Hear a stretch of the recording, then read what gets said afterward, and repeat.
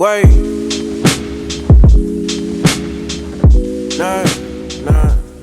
It's the afternoon hustle with Amir Diamond on the vibe. We got family in the building. He's been here plenty of times before. You ain't new to this. You true to this. Dende's here. Hello. I'm gonna clap for myself. I'll clap for you too. Dende's here. I'm What's excited, man. What a way to start off the year. Let me first say that because we're one quarter in. Are we in the second quarter just yet? No, I don't think so. But we're almost. Yeah.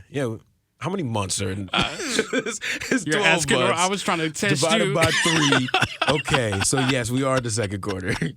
Well, I say all that to say you dropped not just one project this year, but you dropped 2 projects already. Yes, sir. That's insane. No skips. you. Skips. I say this all the time. I have not heard now one bad Dende song. Do you make bad songs? Yes, I definitely make plenty of bad songs, and my computer is full of them. But we just make sure that we don't put those out. Do you feel like that they're bad and other people will be like, no, that's a good song. You need to put that one out? Probably, but we gotta make sure we don't put anything out that isn't better than the last thing we put out. So I try not to put out stuff that I think is okay. So tell people the names of the projects that you dropped. I dropped an EP in January called Before We Crash, and then I dropped an album right after that in March called 95 Civic. And what's the whole theme to it? Because it seems like, you can correct me if I'm wrong, that they flow into one another, right? They do. So basically, Before We Crash and 95 Civic are both like based around this car representing a relationship. Before We Crash is the good times. It's just everything that you're seeing, like me trying to get this person. And then eventually it kind of goes bad and we get into 95 Civic. Is this a real life experience that you went through, or is For this sure. I was engaged to someone that you know. I was engaged to someone, and I'm no longer engaged to that person. So I ended up making this project about that. The funny thing is, I actually made the album before I made the EP. And we just kind of packaged them together to give a more complete story, as opposed to just giving people a bunch of sad music. Yeah, one of the last times that you were here, we actually talked about that engagement moment. Yes, we did. What happened? Oh man, that's crazy.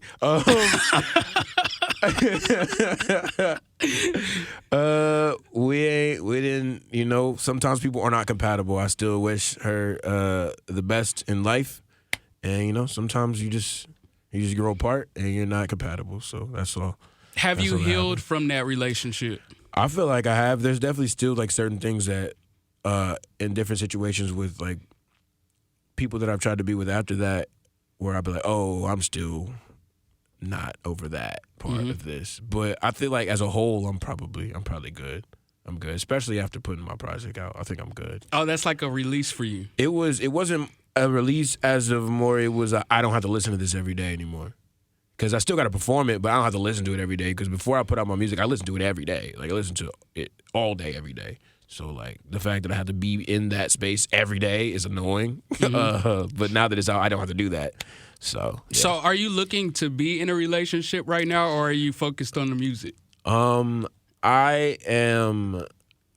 happy right now in the situation that I am in. I will answer that question that way.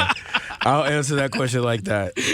I like that right there. So 2 new projects out right now, Before We Crash, the EP, and 95 Civic. And you're also going to be taking over the vibe on Friday night. Yes, sir. What do you got planned? What are you going to talk about? What are you going to play? Oh, man, we're going to play some new music. We're gonna give a little bit more backstory on some of these songs. Like go a little bit more in depth. I just want people to understand what's going on as opposed to just hearing the songs and be like, I like this song. I want you to know who I am through my music. So I'm gonna tell you. You've been having like a lot of great accomplishments. I feel like for an artist, like being able to perform on the same stage as Erykah Badu, for instance, things like that. Do you have like a vision board or goals that you be writing down, or do you just work hard and then the blessings come your way? I don't have a vision board, but we do have a whiteboard. I guess that could be viewed as a vision board. It's just stuff that we sit down and my team asks me what I want to get done in the year or what I want to accomplish, and then we write down the things that we absolutely have to do, and that stuff kind of just gets like taken down eventually. I feel like we've reached a bunch of the goals that we set already, like past them. And it was just for the whole year. But a vision board specifically, I don't think so, because I feel like that includes like pictures and like manifestation and stuff like that. But ours is more like, this is what you want to do. These are the things we're going to do to get you there. Is there one thing that sticks out in your brain that maybe you can share with us? Man, I want a Coco Jones feature. I know that. So we're going to try to make that one happen. It's gonna happen. We ain't gonna Jones. Try. It's gonna happen. I want a Coco Jones feature. Dende and Coco. I like the cover that you did on the, what was that, TikTok of ICU? I'm going to do another one. Me and my producer Billy are going to do one. Like another ICU cover? Yeah, but we're going to do it like a little bit more in depth, because the one I did was just like, that was an open verse challenge. And this one's going to be like an actual cover of the song. Are you going to drop it on streaming platforms, or you can't get into that type of stuff because royalties and how, I don't know nothing about all that. It just depends on what the demand for that is. I know her song is starting to go even more crazy than it was before right now, so I don't know if they would allow that, but we're going to see. When I found out that you had 2 projects out already this year, I was like, so that means when he's performing like old stuff, like when you did our vibe sessions, you probably were working on this project already. Yeah. And you was keeping it a secret.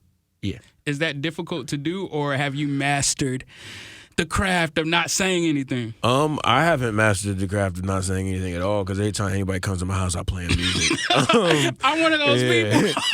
Yeah, but like, I do try to make it a point not to move too fast past the moment that we're in. So what are you working on right now as we speak? Are you working on anything? Yeah, we're working on getting the rest of these visuals for 95 Civic done. We're working on my tour. So I haven't said this yet, but we're doing my tour this year. I'm not gonna tell y'all what month because we didn't announce it yet, but we're working on my tour, my first headlining tour ever. And we're trying to get on Black's tour. That'll be nice. Trying to get on Black's tour, so that'll be nice. We're gonna manifest that one. If I make a vision board, that's on there. We're gonna put that on the wall. So what are the singles from 95 Civic? Do you have them, or do you let the fans pick? So we did have singles. So Block Me was already out before we even talked about a project. So that was technically a single. Swerve was the single. That was the lead single. No, Nightmares was the lead single, and then the follow-up single was Swerve. Nightmares is basically just summing up the whole album, honestly. And Swerve is just right before that, before we crash, I guess. Gotcha. Right before we crash. Well, we are entering tourist season. You're a tourist. Your birthday is next month. Yes. May. Any plans? I have no clue. I wanted to go to Lovers and Friends because it was like the weekend before. But them tickets sold out quick. And I don't know if I want to pay $1,000. So I might just hang out. I might come back to Houston and hang out with my family. I might just stay in Nashville and have somebody come and hang out with me. But I don't really have anything special. So do you actually pay to go see certain shows? You don't get in free? If I know the people, I get in free. Is there anybody that you would pay $1,000 for? Because a lot of people are I would pay $1,000 for Usher, but I don't feel like it. Yeah, it's my birthday. Somebody else can pay $1,000. That's what I'm saying. I'm putting it out there. If somebody else wants to pay $1,000, that's cool. But yeah, nah. I would pay $1,000 to go see Usher. I'm not gonna lie. And I don't know why Dende's looking at me like I'm gonna pay it for you. I love you and everything, but no, that is not your birthday gift. Okay? Okay. Somebody else. We gotta get somebody listening right now, please, to pay that $1,000 so he can go see Usher on his birthday. Appreciate you for coming through to talk about your takeover that you're doing on Friday night. No, for sure. It's gonna be his show, so I'm not gonna be in the building. I don't know what crazy stuff he's gonna say. You cannot cuss though. That's the only rule when you do this takeover. You've done it before. You know you can't cuss. Yeah, but I thought times have changed. No. Times have changed. Times have changed. Things are different. We're all different now. Slightly. We all are different, but no, they haven't changed that greatly yet. You cannot cuss, okay? You gotta try. Try not to cuss, all right? Hey, I'm saying I'm not gonna cuss because he's right here, y'all. But when he leave, I'll be cussing again. Y'all tune in on Friday. Dende's taking over the vibe. It's the Afternoon Hustle with Amir Diamond. Can we play one of the songs from your project, actually? I know you're taking over this weekend, but let's play one of them now. For sure. Which one do you want to play? Let's play Swerve. Okay, bet. It's Swerve by Dende in the Afternoon Hustle on the vibe. Wish I could trust me.